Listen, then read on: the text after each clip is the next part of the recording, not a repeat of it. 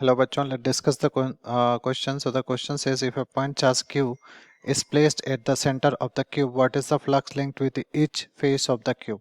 First one is q is equal to 1 by epsilon q, phi is equal to 3 by epsilon q, c is equal to 6 by epsilon q and d is equal to 1 by 6 epsilon into q.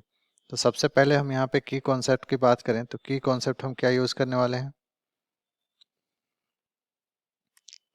Gauss law का concept use करेंगे. हम लिख सकते हैं according to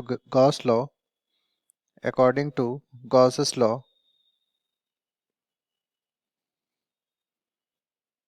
the flux enclosed by the surface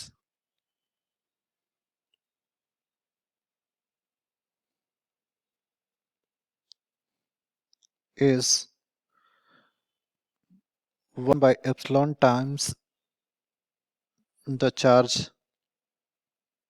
enclosed. ठीक है, तो यहाँ से हम लोग क्या लिख सकते हैं? Phi is equal to Q by epsilon. ठीक, अब यहाँ से डायग्राम को अगर हम समझें तो ये हमारे पास एक क्यूब हम बना दे रहे हैं यहाँ पे.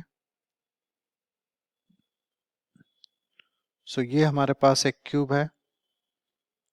अब इस क्यूब में बीच में कहीं चार्ज रखा हुआ है. ठीक है, तो चार्ज रखा हुआ है तो जो टोटल फ्लक्स होगा, टोटल फ्लक्स हम क्या लिख सकते हैं? Total flux will be nothing but Q by epsilon. ये टोटल फ्लक्स होगा. ठीक है, अब अगर हम लोग ईच फेस में देखें तो ईच फेस में क्या होगा? क्योंकि 6 फेसेस होंगे तो 6 फेसेस में इक्वली डिवाइड किया जाएगा. ठीक है, तो हम लोग लिख सकते हैं कि flux through each face is equal to क्या हो जाएगा? Phi total divided by 6. अब फाई टोटल यहाँ पे कितना है? Cube by epsilon into 6. तो मतलब हम क्या लिख सकते हैं कि फ्लक्स थ्रू ईच फेस कितना हो जाएगा? 1 बाई 6 एप्सिलॉन इंटू क्यू. तो यहाँ से अगर हम ऑप्शंस को देखें so the correct option will be option D. I hope you understood well.